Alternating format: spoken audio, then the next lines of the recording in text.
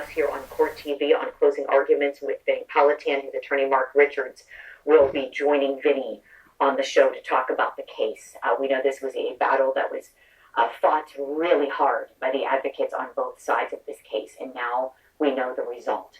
With that, I want to bring in Court TV Live anchor Michael Ayala to get his reaction as to what we saw unfolding in Kenosha with the announcement of the jury's decision of not guilty on all counts. Michael, you have experience practicing criminal defense work. You've been watching this case with such a careful eye, analyzing many things. Tell me, hearing the verdict today, what's your reaction first, please? Wow, it's difficult to say what my reaction is. Initially, I felt all along that Kyle Rittenhouse had some responsibility in what happened. Folks died. I thought there were decisions made that were perhaps reckless, and figuring out the right decisions to make in terms of what he was guilty of. That was something that I thought this jury was parsing out. I didn't think that there would be a compromise verdict. Oftentimes we talk about in cases like this, perhaps there's a compromise verdict somewhere in there. Two sides who are fighting over something will come up with. I didn't think there was going to be a compromise verdict, so it doesn't surprise me. The evidence as it was presented in this case, Julie, just didn't rise to the level that we were led to believe by the prosecutors. As you know, we've watched these trials from the beginning to the end. We've seen all the motions. We've seen all the arguments.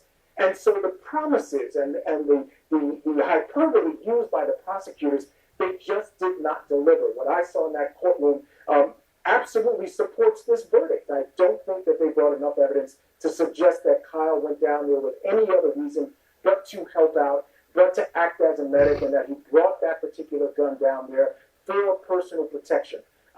Do I believe that personally? I think there's some evidence that the judge decided not to allow this jury to see that might have affected the way they saw him. But of course, that wasn't in front of this jury. So I'm in agreement ultimately with this verdict based on the evidence as it was presented in this trial. And Michael, I want to look back at that moment now when the verdict was delivered and notice Kyle Rittenhouse's reaction in the end. The defendant will rise to face the jury and hearken to its verdicts. State of Wisconsin versus Kyle Rittenhouse. As to the first count of the information, Joseph Rosenbaum. We, the jury, find the defendant Kyle H. Rittenhouse not guilty. As to the second count of the information, Richard McGinnis. We, the jury, find the defendant Kyle H. Rittenhouse not guilty. As to the third count of the information, unknown male. We, the jury, find the defendant Kyle H. Rittenhouse not guilty. As to the fourth count of the information, Anthony Huber, we, the jury, find the defendant Kyle H. Rittenhouse not guilty. As to the fifth count of the information, Gage Grosskreutz, we, the jury, find the defendant Kyle H. Rittenhouse not guilty. Members of the jury, are these your unanimous verdicts? Is there anyone who does not agree with the verdicts as read? Where's the jury poll? No. Okay. Okay, folks, your job is done. Oh, Michael, that reaction there. Your thoughts? When he took the stand, Julie, there was a lot of discussion as to whether they thought it was fake or whatever. I never thought it was fake. I thought he was absolutely feeling those emotions. He looked like a young man who was suffering from PTSD. We've heard some of that subsequent to his testifying. I thought the way he acted on the stand mirrored some of the actions we saw when he was being interviewed by police, that kind of crying. So I didn't think it was fake. And I saw him there with the same kind of relief. He almost looked the same way we saw him on the stand. And certainly the young man should be relieved. He's 17 at the time, 18 now, has his entire life ahead of him.